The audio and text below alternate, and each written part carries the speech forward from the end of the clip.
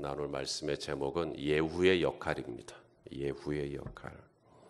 지금 계속해서 새벽마다 예후를 봅니다. 이스라엘의 왕이었던 이 예후. 아마 편치 않으실 겁니다. 왜냐하면 잔인한 장면이 계속 나오기 때문에 그렇습니다. 예후는 왕이 되자마자 당시에 왕이었던 여호람을 활을 쏴서 죽입니다. 그리고 현장에 같이 있던 유다의 왕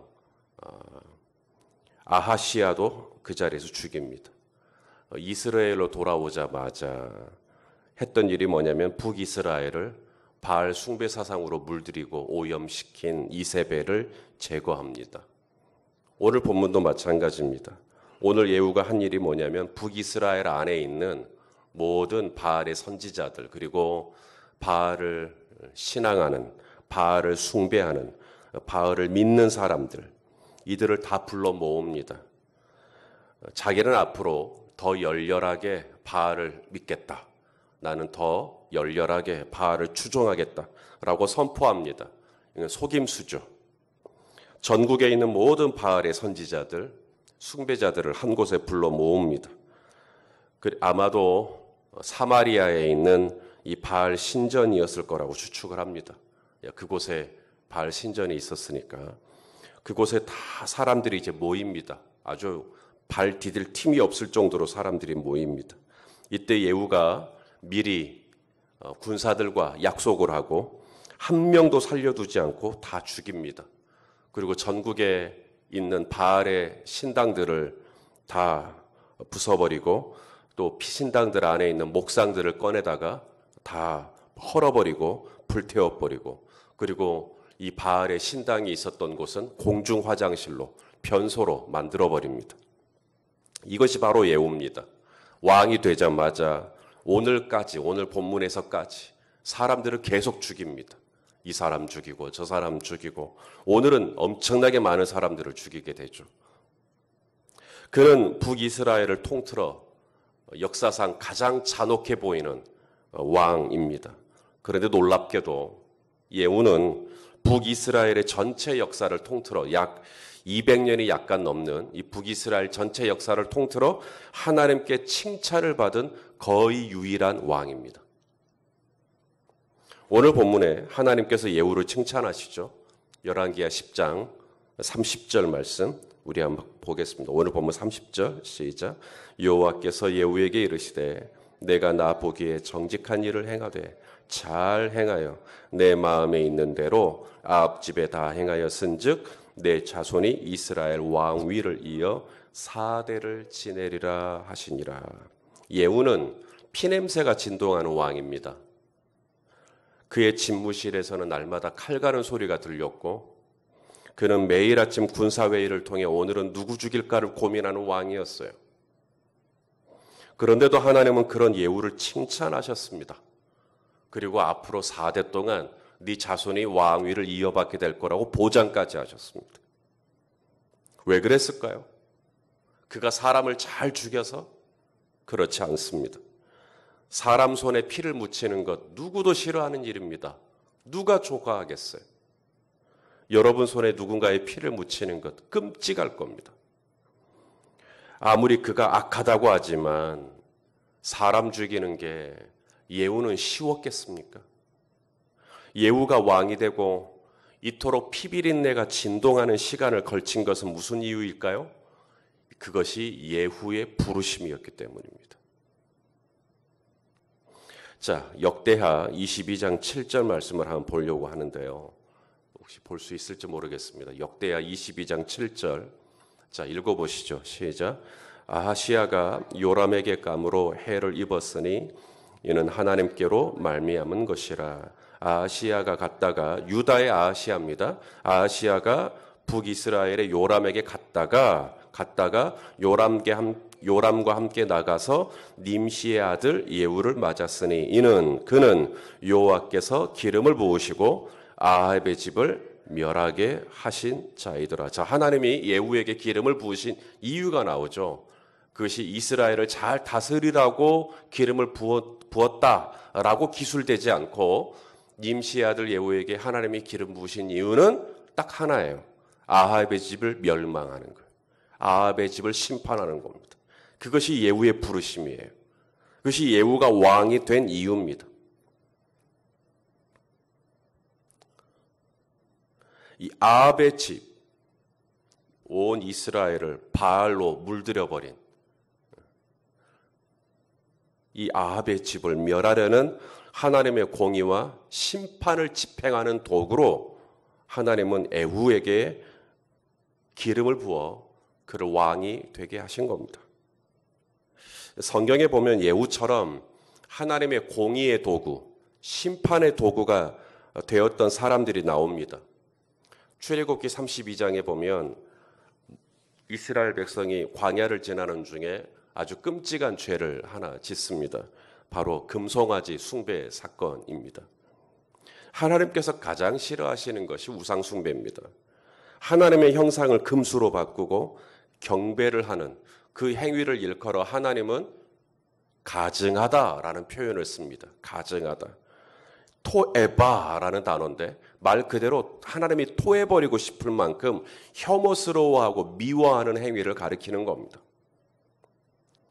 그때 아무리 이스라엘을 사랑하신다고 해도 금송아지를 숭배한 이 끔찍한 죄를 지었으니 그냥 넘길 수는 없습니다. 하나님의 공의를 따라 심판이 이루어져야 돼요. 누군가는 하나님 편에 서서 모세 편에 서서 이 심판을 집행해야 합니다. 그때 모세가 질문하죠. 이스라엘 백성들에게 누가 여호와의 편에 설 것이냐.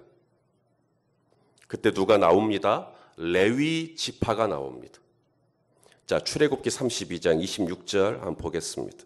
출애굽기 32장 26절이요. 자, 읽어보시죠. 시작. 이에 모세가 진문에 서서 이르되 누구든지 여호와의 편에 있는 자는 내게로 나아오라 하매 레위 자손이 다 모여 그에게로 가는지라. 본래 이 레위 자손은 어떤 자손인가? 하나님의 저주를 받은 자손입니다. 이스라엘로 이름이 바뀐 야곱. 이 야곱이 죽을 때 그의 아들들을 다 이렇게 축복합니다. 유언을 해요. 이때 이 레위도 야곱의 아들이니까 유언을 받지요. 그런데 이 레위는 축복의 말이 아니라 이 레위는 저주를 받습니다. 창세기 49장 5절에서 7절입니다. 시므온과 레위는 형제요 그들의 칼은 폭력의 도구로다. 시므온과 레위를 얘기합니다. 그들의 칼은 폭력의 도구로다. 내 호나 그들의 모의에 상관하지 말지어다. 내 영광아 그들의 집회에 참여하지 말지어다. 그들이 그들의 분노대로 사람을 죽이고 그들의 혈기대로 소의 발목 힘줄을 끊었음이로다. 그 노여움이 혹독하니 뭘 받아요? 저주를 받을 것이요 분기가 맹렬하니 또다시 저주를 받을 것이라. 내가 그들을 야곱 중에서 나누며 이스라엘 중에서 흩어버리겠다라고. 이것이 야곱이 죽어갈 때에 했던 레위에 대한 유언이었어요. 이거 축복이 아니죠. 저주죠. 그 다음에 이어지는 창세기 49장 8절에 시므온과 레위를 이어서 곧바로 유다에 대한 유언을 하시는데 유다는 축복입니다. 유다야 너는 내 형제의 찬송이 될지라. 네 손이 내 원수의 목을 잡을 것이요 네 아버지의 아들들이 네 앞에 절하리로다. 유다는 축복을 하고 레위는 저주를 했습니다. 이것이 레위의 운명입니다. 레위는 원래 이런 자손이었어요. 저주를 받은, 하나님께 저주를 받은, 대대로 너희는 이스라엘 중에 기업이 하나도 없겠고 너희는 다 흩어지게 될 거다. 그런데 이 레위의 운명이 뒤집어집니다. 이 레위의 운명이 거꾸로 하나님의 놀라운 축복을 받는 지파로 바뀝니다. 언제? 출애굽기 32장. 누가 여호와의 편에 설 것인가? 이때 레위 자손이 나옵니다. 우리가 하겠습니다. 그래서 이 레위 자손들에게 그때 모세를 통해서 주신 명령이 뭡니까? 이스라엘 자손 죽이라는 거예요. 너희들 손에 피 묻히라는 거예요. 아무도 그 일 안 하죠. 레위가 손을 듭니다. 우리가 하겠습니다. 출애굽기 32장 27절 28절입니다. 출애굽기 32장 27절 28절 모세가 그들에게 이르되 이스라엘의 하나님 여호와께서 이렇게 말씀하시기를 너희는 각각, 지금 레위인들에게 명령하는 겁니다. 너희는 각각 허리에 칼을 차고 진 이 문에서 저 문까지 왕래하며 각 사람이 누구를요? 형제요. 그 형제를, 각 사람이 자기 친구를, 각 사람이 자기 이웃을 죽이라 하셨느니라. 레위 자손이 모세의 말대로 행하며 이날의 백성 중에 3,000명 가량이 죽임을 당하니라. 레위 자손이 죽인 사람은 원수도 아니요, 남도 아니요, 다른 민족도 아니요, 가나안 사람은 더더욱이나 아니요, 바로 내 형제요, 내 친구요, 내 이웃에다가 피를 묻혀야 되는 그 일을 누가 해요? 아무도 하기 싫어합니다. 누가 그 일을 기꺼워합니까? 누군가는 해야 돼요. 여호와의 편에 서서 하나님의 공의의 심판의 도구는 해야 돼요. 누군가는 아합의 집을 심판해야죠. 누군가는 이세벨을 창으로 던져야죠. 아무도 그 일을 하고 싶어 하지 않아요. 바알 숭배자들, 바알 선지자들, 이들을 어떻게 이스라엘에서 쫓아내요? 누군가는 이 일을 위해서 손에 피를 묻혀야 되는데 예후가 기름 부음을 받은 겁니다. 하나님은 이날 피를 묻힌 레위 자손을 축복하죠. 그리고는 레위의 운명을 바꿉니다. 너희는 내게 가장 가까이에 있어라. 그래서 레위 자손은 다른 자손과 다르게 하나님의 성막을 만질 수 있는, 하나님의 성막을 운반할 수 있는, 하나님의 성막에서, 회막에서 하나님을 예배할 때 가장 가까이에서 하나님의 임재를 경험하는 바로 그런 지파로 하나님이 그들의 운명을 바꿔버려요. 이스라엘이 발람의 꾀에 넘어가 음행을 했을 때도 마찬가지입니다. 미디안 여인들과 음행을 할 때 역병이 퍼지죠. 하루에 24,000명이 죽었습니다. 누군가는 이 하나님의 진노를 멈추지 않으면 24,000명이 25,000명, 27,000명이 될 판이에요, 지금. 누군가는 하나님의 공의를 풀어드려야 돼요. 이때 누가 나서는가? 비느하스가 나섭니다. 대제사장 엘르아살의 아들이었던 비느하스가 창을 들고 나타납니다. 내가 하겠습니다. 내가 피를 묻히겠습니다.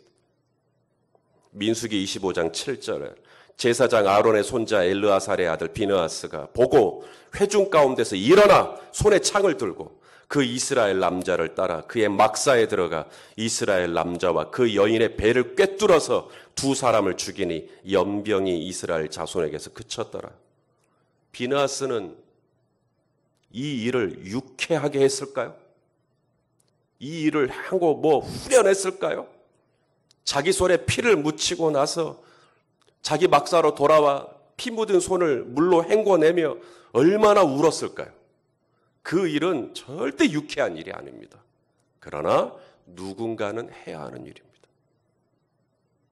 누가 여호와의 편에 설 것인가? 누가 하나님 편에 서서 하나님의 진노를 만족시킬 것인가? 하나님의 공의를 실현시킬 것인가?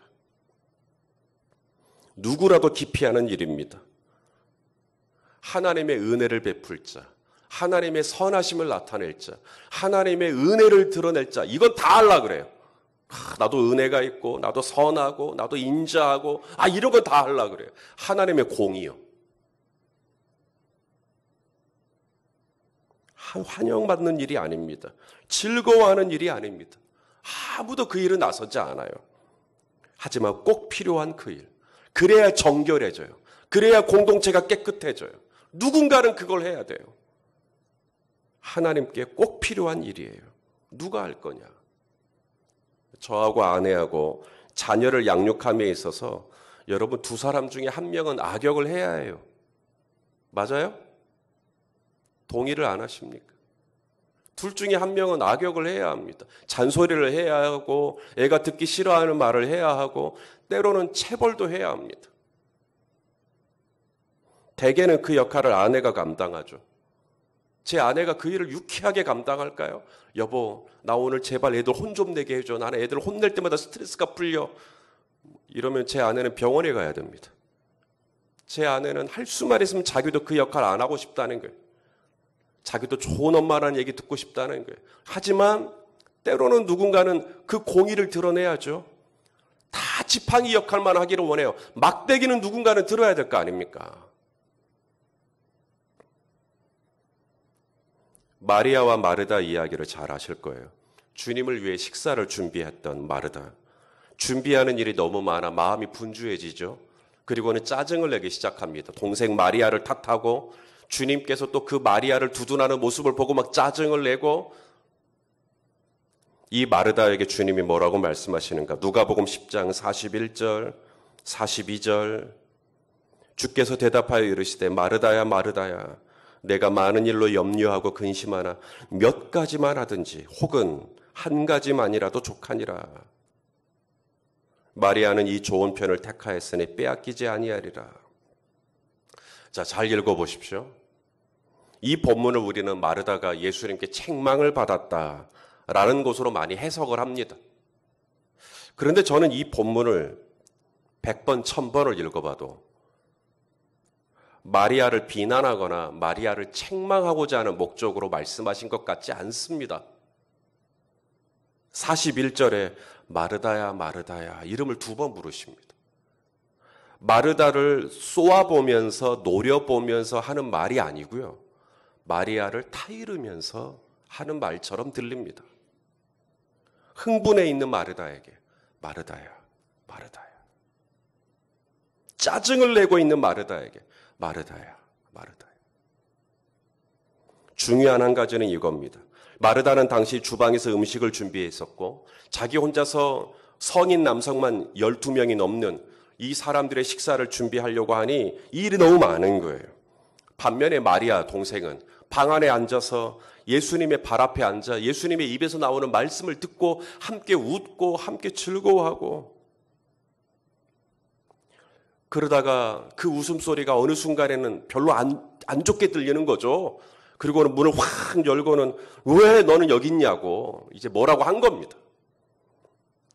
이때 예수님께서 마르다에게 몇 가지만 하든지, 42절에 몇 가지만 하든지, 그 다음 뭐라고 그래서 몇 가지만 하든지 혹은 한 가지만이라도, 이걸 해석을 잘 하셔야 돼요.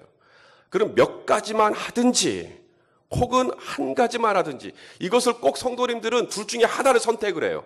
몇 가지만 하든지는 빼고, 그러면 하나님의 일을 할 때는 한 가지만 하라는 거구나. 몇 가지만 하든지라는 말이 있잖아요. 몇 가지만 하든지, 반찬을 3개만 하든지, 2개만 하든지, 김치 하나만 올려놓든지 이 말이거든요, 지금. 몇 가지만 해도 되고, 아니면 한 가지만 해도 된다 이 말이거든요. 다시 말해 마르다가 지금 하고 있는 여러 가지 일들은 소용없는 일이다라고 말씀하고 있는 게 아닙니다. 누군가는 거기 들어가야죠. 누군가는 거기서 땀을 흘려야죠. 누군가는 거기서 음식을 준비를 해야 밥을 먹죠. 마르다가 했던 일들을 전면 부인하고 마리아가 하는 일만 좋았다라고 말씀하고 있는 대목이 절대 아닙니다. 누군가는 푹푹 찌는 주방에 들어가 해야죠. 밥을 올리고 찌개를 끓이고 반찬을 놓고, 누군가는 이스라엘까지 달려가 아합의 집안을 멸해야죠.